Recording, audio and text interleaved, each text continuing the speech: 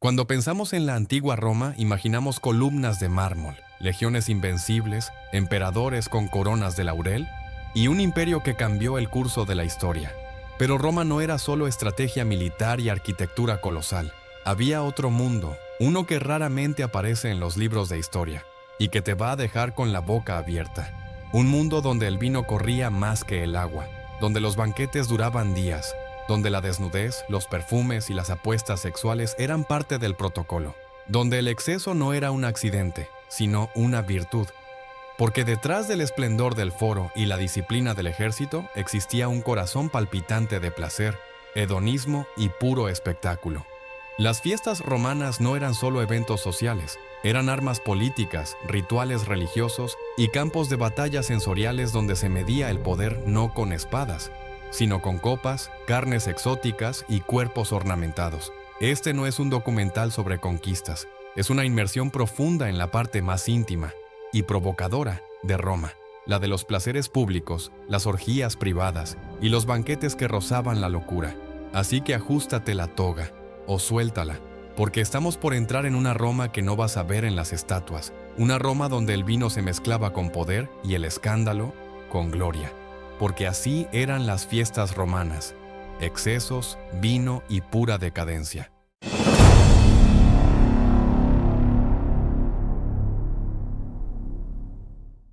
En la antigua Roma, celebrar no era un lujo, era casi una obligación cultural. La sociedad romana estaba diseñada para rendir culto tanto a los dioses como a los placeres. Las fiestas no eran solo momentos de ocio, eran instrumentos de cohesión social, escenarios de manipulación política y demostraciones públicas de poder. Desde su fundación mítica, Roma entendía la celebración como algo cívico. Festejar era tan importante como legislar o guerrear. En los foros, los templos o los palacios, el bullicio de la vida cotidiana se interrumpía frecuentemente para dejar paso a procesiones, sacrificios, carreras de carros o banquetes que duraban horas o días. El calendario romano era una coreografía de festividades. Más de 150 días del año estaban consagrados a dioses, emperadores o eventos históricos. Fiestas como las Lupercales, las Saturnales o las Floralias no solo eran días libres, eran explosiones de vida pública. El calendario Fasti detallaba qué días se podía trabajar, juzgar o simplemente celebrar. Y cada fiesta tenía un propósito más allá del placer. Algunas exaltaban virtudes romanas, como la pietas o la virtus. Otras ofrecían entretenimiento gratuito para mantener al pueblo contento, panem et circenses. Y muchas servían como plataforma para que los poderosos ganaran popularidad organizando espectáculos que desafiaban los límites del lujo y la imaginación. Para los patricios, ofrecer un banquete o financiar unos juegos no era solo una muestra de generosidad, era una inversión política. Cada copa de vino servida, cada esclavo vestido con ropajes exóticos, cada plato rebosante de manjares, construía prestigio. El anfitrión no solo alimentaba a sus invitados, alimentaba rumores, alianzas y ambiciones. Roma era una sociedad jerárquica, pero en la fiesta, por momentos, esa jerarquía se distorsionaba. Durante los Saturnales, por ejemplo, los esclavos podían hablar libremente y los amos les servían la comida. Era un juego de roles que reforzaba, paradójicamente, el orden establecido, porque en Roma hasta el exceso tenía reglas. La celebración no era caos, era estrategia, era tradición, era espectáculo. Era, en definitiva, una parte esencial del alma romana. En la antigua Roma, un banquete, o convivium, no era solo una comida, era un evento coreografiado, cargado de simbolismo, diseñado para impresionar, manipular y escalar posiciones en la rígida pirámide social romana. Comer no era simplemente nutrirse, era performar poder. Cada banquete era un teatro de excesos. Desde el momento en que el invitado cruzaba la puerta, todo era estrategia. Los aromas, las telas colgantes, los músicos tocando en vivo, las lámparas de aceite talladas con figuras eróticas. Todo buscaba provocar una mezcla de asombro y envidia. Los anfitriones no solo ofrecían comida, ofrecían una experiencia. Y cuanto más absurda, mejor. Era habitual ver fuentes en forma de animales mitológicos, esculturas de hielo. Sí, incluso en Roma.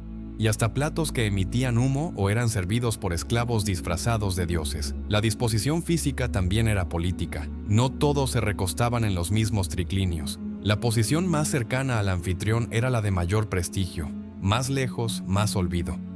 Y los banquetes eran selectivos, solo los invitados útiles eran llamados. Asistir a uno de estos eventos era como ser incluido en una lista VIP que podía decidir tu futuro político. Y la comida era todo menos racional. Lenguas de ruiseñor, uvas rellenas de oro molido, sopas hechas con agua de lluvia recolectada en días específicos, postres perfumados con polen importado de Asia. Todo era válido si desafiaba la lógica, el buen gusto y el estómago, porque en Roma lo absurdo era arte, y los banquetes eran su galería más decadente. Imagina un salón decorado con mármol pulido, frescos en las paredes, esculturas de dioses vigilando desde cada rincón, y en el centro un festín interminable, cuerpos recostados en triclinios, esclavos sirviendo platos exóticos, vino derramado sobre túnicas caras. Y entre carcajadas y canciones obscenas, el sonido inconfundible de alguien vomitando en una esquina. Sí, vomitando. Porque para muchos romanos el banquete no terminaba cuando el estómago decía basta. Al contrario, ahí empezaba el verdadero reto. Aunque el concepto del vomitorium como sala de vómito es un mito moderno, en realidad así se llamaban las salidas de los teatros, la práctica de provocarse el vómito era real. No era signo de enfermedad, sino de sofisticación. Comer, vomitar y volver a comer. Un ciclo diseñado no por necesidad, sino por deseo. Se usaban plumas de ave, plantas eméticas. Incluso se recurría a esclavos especializados que asistían a los comensales en estas funciones. Era un ritual aceptado, a veces incluso celebrado, porque la verdadera medida del exceso era poder superar los límites físicos del cuerpo. Y si la comida era un exceso, el vino lo era aún más. Se servía aromatizado con canela, pétalos de rosa, mirra o mezclado con agua caliente o nieve. Los esclavos tenían la orden de mantener las copas siempre llenas. El que dejaba su copa vacía perdía estatus. El vino no era solo para embriagarse, era una herramienta de poder. Se usaba para obligar a los invitados a brindar por el anfitrión, para someter a los enemigos con cortesía envenenada y para desatar pasiones que luego terminaban en orgías, peleas o alianzas políticas inesperadas. En estas noches romanas el cuerpo no era sagrado. Era un instrumento del placer, una prueba de resistencia y un símbolo de estatus. El que más comía, el que más bebía, era el que más podía desperdiciar. Y eso, en Roma, era un triunfo. Porque en una sociedad obsesionada con el control, los banquetes eran espacios controlados de caos, donde lo irracional, lo grotesco y lo animal se convertían en arte. En la antigua Roma, cada banquete era más que una cena. Era un campo de batalla simbólico donde se jugaban influencias, alianzas y reputaciones. El anfitrión no solo servía comida, ejercía poder. Para la élite romana, especialmente los patricios y senadores, organizar una fiesta era como emitir un comunicado público. Este es mi nivel de riqueza, este es mi círculo, este es mi dominio. Cuanto más exuberante, más efectiva. Los invitados no eran simples comensales, eran testigos del rango del anfitrión. Un senador buscando apoyo para una ley, un candidato queriendo votos, un general recién victorioso. Todos sabían que unas buenas copas de vino y entretenimiento podían ser más persuasivos que cualquier discurso en el Senado. Se contrataban músicos con instrumentos exóticos, bailarinas procedentes de Egipto, acróbatas de Asia Menor. A veces se importaban fieras para mostrarlas en jaulas o se organizaban pequeños combates de gladiadores en jardines privados. El lujo no tenía techo, el objetivo era impresionar o intimidar. Incluso existían listas de invitados públicas que circulaban entre las clases altas. Estar invitado a los mejores convivium era un símbolo de estatus, y rechazar una invitación podía interpretarse como una declaración de guerra social. Porque en Roma el verdadero espectáculo no ocurría solo en el Coliseo o en el Foro, ocurría en los salones de mármol y mosaico, bajo lámparas de aceite perfumado, mientras las copas tintineaban y los rostros se embriagaban de exceso. Allí, entre risas y miradas, se decidían destinos.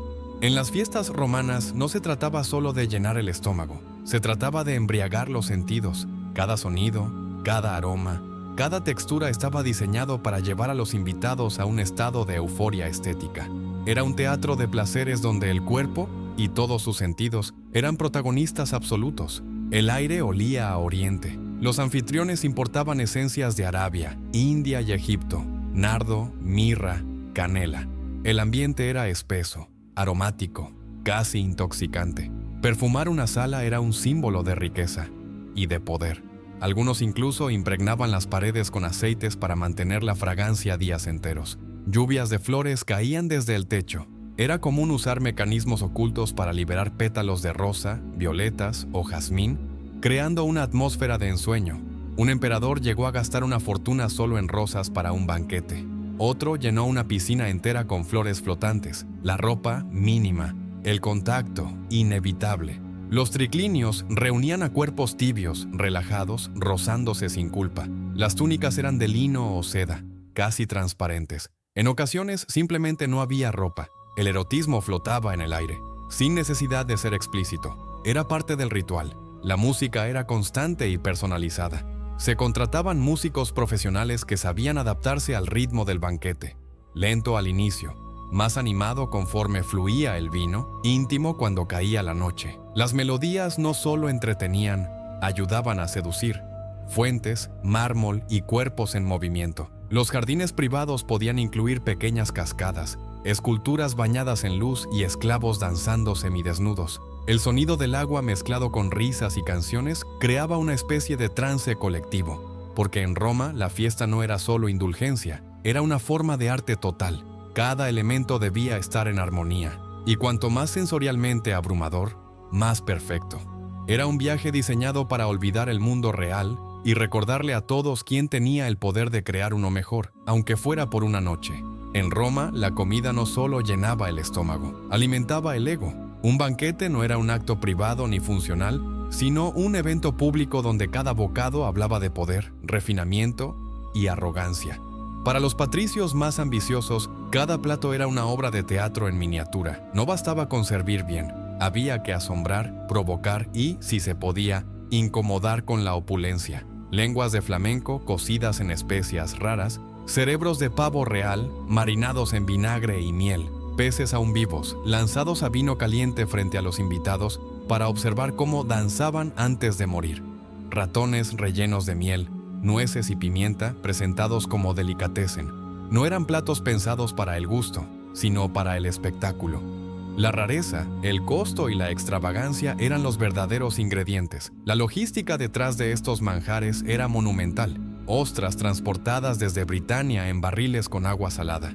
Frutas del norte de África envueltas en telas húmedas para conservar su frescura. Especias de la India traídas por caravanas interminables. Cada mesa rica era un mapa del imperio servido en bandeja de plata, pero tanta abundancia tenía su precio, y no solo económico. El exceso pasaba factura. Era común ver a comensales levantarse para vomitar, solo para poder seguir comiendo. Algunos incluso se hacían acompañar de esclavos cuya función era facilitar el vómito con plumas o brebajes. No era un acto vergonzoso, era parte del ritual, un símbolo más de poder, de decir, puedo darme el lujo de desperdiciar. Porque en Roma comer hasta el colapso no era un error, era un triunfo. Una orgía culinaria donde el límite no lo marcaba el hambre, sino la resistencia del cuerpo. En la antigua Roma, religión y política eran dos caras de la misma moneda, y las fiestas eran el eje donde ambas convergían. No eran simples celebraciones, eran actos públicos cargados de simbolismo, poder y desenfreno. Las fiestas religiosas comenzaban con un propósito sagrado: honrar a los dioses, asegurar la fertilidad, proteger las cosechas o bendecir el ejército. Pero el fervor espiritual pronto se transformaba en delirio colectivo. Las Saturnales, quizás las más conocidas, se celebraban en diciembre. Durante estos días, el orden social se invertía.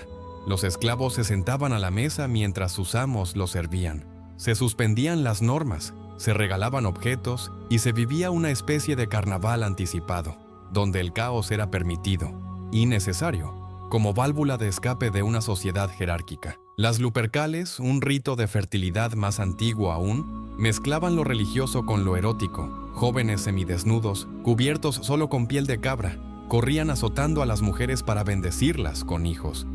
Era un espectáculo que combinaba sangre, carne y superstición.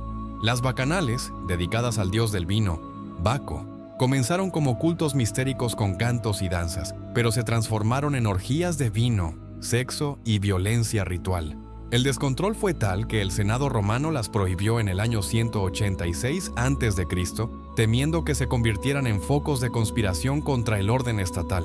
¿Y qué pasa con la política? Aquí es donde el espectáculo se volvía una herramienta de dominio. Los emperadores sabían que un pueblo entretenido era un pueblo manejable. Por eso nació la política del panem et circenses, pan y circo, una estrategia perfecta para adormecer las tensiones sociales. Se organizaban juegos gladiatorios, carreras de cuadrigas en el Circo Máximo, obras de teatro gratuitas y repartos de comida. Todo era financiado por el Estado o por políticos que querían ganar votos o favores. Y el objetivo era claro: mantener a la población distraída, satisfecha y obediente. En resumen, en Roma una fiesta no era solo una excusa para celebrar, era un mecanismo de poder, una válvula de escape para la población y una muestra de quién tenía el control absoluto. Porque en la capital del imperio, hasta el placer era política. En los altos círculos del poder romano, las fiestas no eran meramente caprichos privados. Eran instrumentos de poder, escenarios cuidadosamente montados donde el exceso era sinónimo de influencia.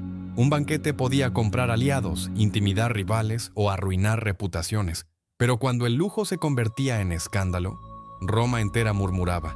Algunos emperadores elevaron esta práctica a niveles legendarios. Calígula, por ejemplo, fue acusado de convertir su palacio en un burdel disfrazado de templo, donde los senadores eran forzados a asistir como meros espectadores o actores.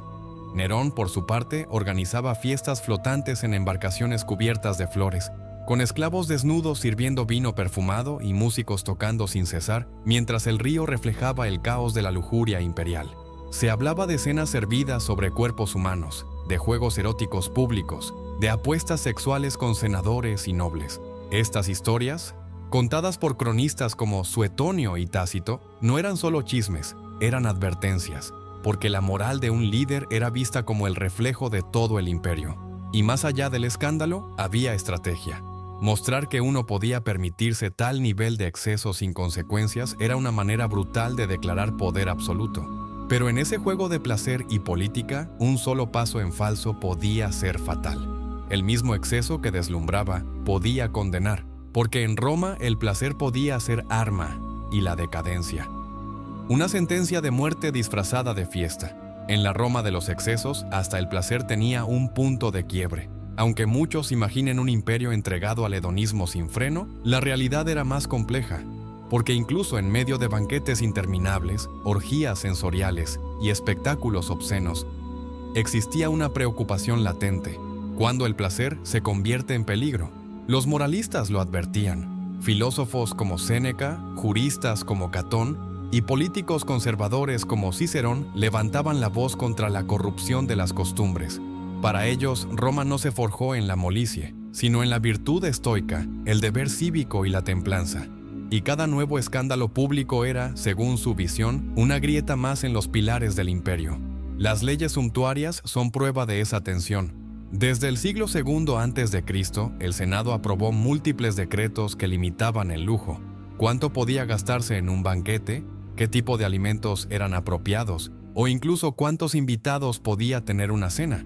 La famosa Lex Fania o la Lex Julia intentaban poner freno al derroche, pero ¿funcionaban? En la práctica no. Estas leyes eran ignoradas, burladas con ingenio o directamente compradas con favores. La élite sabía cómo eludir las normas, y el pueblo a veces disfrutaba verlos caer. Cuando la fiesta se volvía amenaza, algunas celebraciones, especialmente las de carácter religioso como las bacanales, cruzaron un umbral peligroso. El Senado las prohibió en el 186 a.C., alegando comportamientos inmorales, conspiraciones y riesgos para la estabilidad social. Ya no era solo una cuestión de ética, sino de orden público. En el fondo, el problema no era solo el exceso, sino su visibilidad.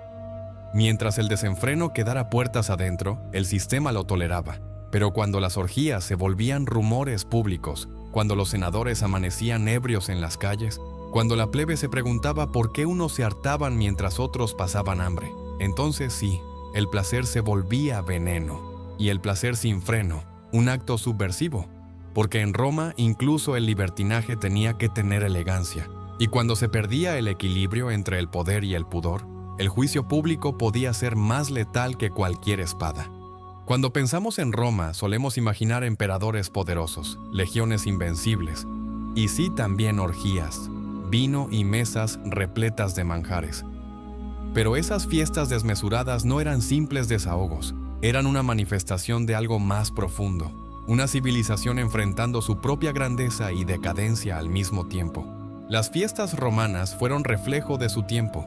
En ellas se mezclaban la opulencia y la miseria, la religión y el placer, la política y el cuerpo. Desde los rituales sagrados hasta los escándalos del palacio imperial, cada banquete contaba una historia de poder y de vulnerabilidad, porque detrás del exceso había miedo. Miedo al aburrimiento, al descontento del pueblo, a los dioses, a la muerte. En un imperio que parecía eterno, muchos intuían que el festín no podía durar para siempre, y por eso bailaban, bebían, reían, como si cada noche pudiera ser la última. Roma cayó. Pero sus fiestas siguen hablándonos, no solo de lo que comían o bebían, sino de quiénes eran, y quizás también de quiénes somos nosotros hoy. Cuando pensamos en el Imperio Romano, solemos imaginar grandes conquistas, emperadores imponentes, legiones en formación. Pero hay otra cara de Roma, una que se celebraba con copas en alto, mesas rebosantes y noches sin final. Las fiestas romanas fueron más que excesos, fueron una expresión de poder, de desigualdad, de placer y de control. Cada banquete hablaba tanto del anfitrión como del sistema que lo sostenía. Hoy quizás nos escandalicen sus prácticas, pero si miramos bien, ¿cuánto hemos cambiado realmente? Si te ha sorprendido esta historia, si quieres más relatos sobre el lado oculto de las civilizaciones antiguas, suscríbete, comparte y comenta. ¿Qué parte de estas fiestas te impactó más? ¿Te atreverías a participar en una? Esto fue Así eran las fiestas romanas, excesos, vino y pura decadencia. Y recuerda, la historia no siempre se sirve en libros, a veces se sirve en bandejas de oro, con uvas, música y secretos al oído.